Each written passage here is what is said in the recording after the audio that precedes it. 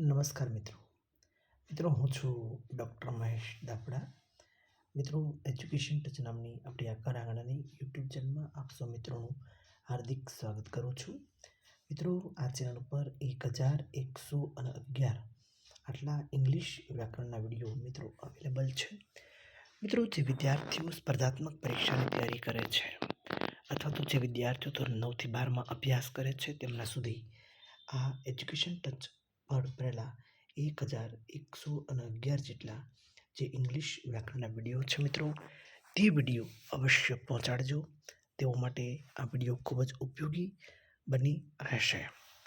મિત્રો, education touch નામની આપણી આ યુટ્યુબ ચેનલ પર મિત્રો દર શનિવારે સ્વાતંત્ર્ય સંગ્રામના જે શૂરવીરો છે, આપણા દેશની આઝાદી માટે જે મહાન ક્રાંતિકારીઓએ પોતાના જીવની આહુતિ આપી છે, એવા મહામાનવો છે, એ વીરાંગનાઓ છે, એમની જે શૌર્ય ગાથા છે એ દર શનિવારેથી આ ચેનલના માધ્યમથી પ્રસ્તુત કરવામાં આવે છે.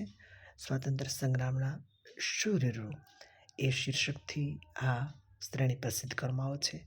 દર શનિવારે આવા પાત્રોને અહીંયા શબ્દરૂપે જીવંત કરવામાં આવે છે.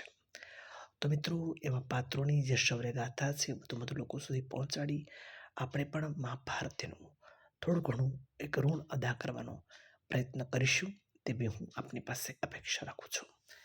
મિત્રો, ત્યારબાદ જે કરંટ અફેર્સ છે, કરંટ અફેર્સ એ પણ અત્યારે પરીક્ષાનો ખૂબ જ એક મહત્વનો હિસ્સો બની ગયો છે.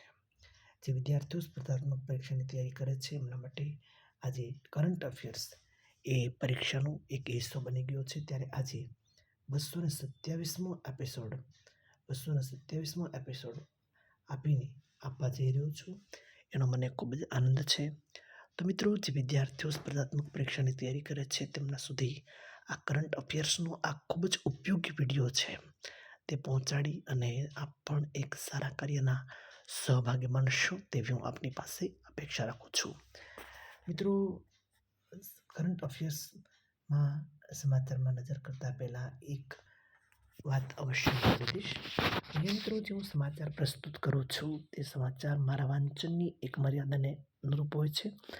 સંભવ છે કોઈ ક્ષતિ જણાય તો ચોક્કસપણે કોઈ ઓથેન્ટિક ન્યૂઝપેપરનો અભ્યાસ દોસ્તો અવશ્ય કરી લેશો.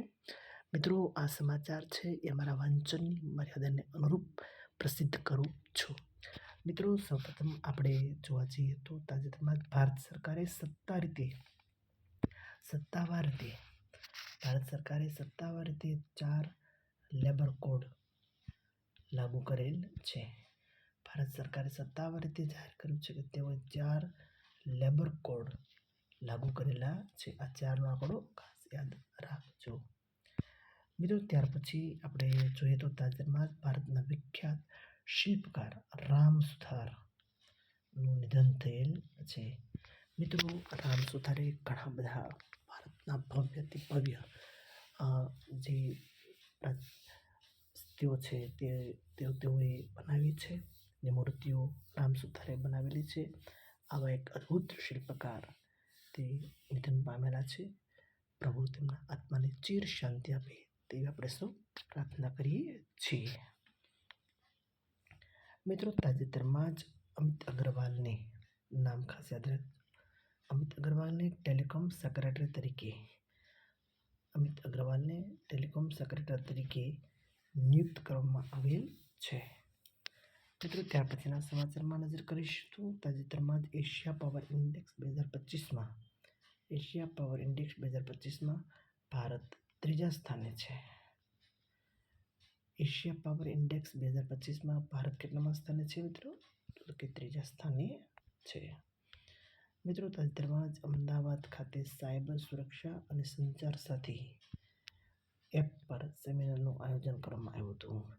સાયબર સુરક્ષા અને સંચાર સાથી આ બંને ઉપર કયા સ્થળે અમદાવાદમાં તેનું એક આયોજન કરવામાં આવ્યું હતું, એક સેમિનારનું આયોજન કરવામાં આવ્યું હતું સાયબર સુરક્ષા અને સંચાર સાથી એપ પર. મિત્રો, તાજેતરમાં જ વિરાટ કોહલીએ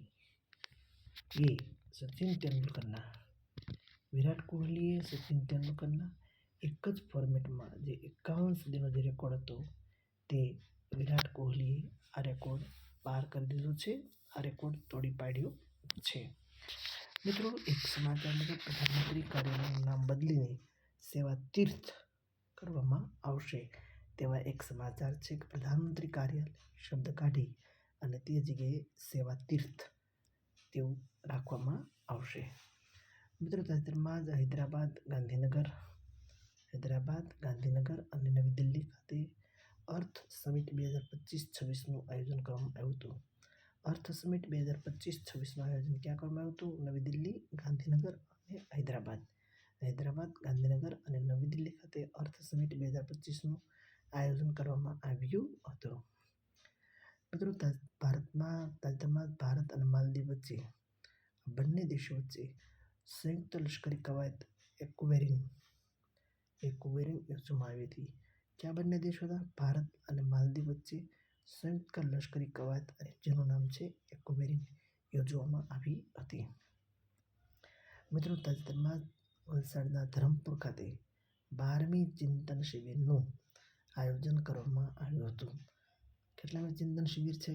12મી. કઈ જગ્યાનું આયોજન કરવામાં આવ્યું હતું? ધરમપુર, વલસાડ ખાતે ચિંતન શિબિરનું આયોજન કરવામાં આવ્યું હતું. મિત્રો, આ સાથે ટોપ 10 સમાચારને પૂર્ણ કરીએ છીએ. મિત્રો, ફરી એકવાર આપ સૌ દોસ્તોને ખાસ નમ્ર વિનંતી છે મિત્રો કે એજ્યુકેશન ટચ નામની આપણી આ ઘર આંગણાની યુટ્યુબ ચેનલના પર 1111 જેટલા ઇંગ્લિશ વ્યાકરણના વિડીયો અવેલેબલ છે. દર શનિવારે આ ચેનલ ઉપરથી સ્વાતંત્ર્ય સંગ્રામના શૂરવીરો, મહાનાયકોની કથાને રજૂ કરવામાં આવે છે, પ્રસ્તુત કરવામાં આવે છે. તો મિત્રો, આવા મહાન પાત્રોને વધુ લોકો સુધી પહોંચાડજો. અંગ્રેજી ગ્રામરના વિડીયોને વધુ વિદ્યાર્થીઓ સુધી પહોંચાડજો. અને કરંટ અફેર્સનો આ વિડીયો જે વિદ્યાર્થીઓ રાજ્ય સ્પર્ધાત્મક પરીક્ષાની તૈયારી કરે છે તેમના સુધી પહોંચાડી આપ એક સારા કાર્યના સહભાગી બનશો તેવી હું આપની પાસે અપેક્ષા રાખું છું. ભારત માતા કી જય.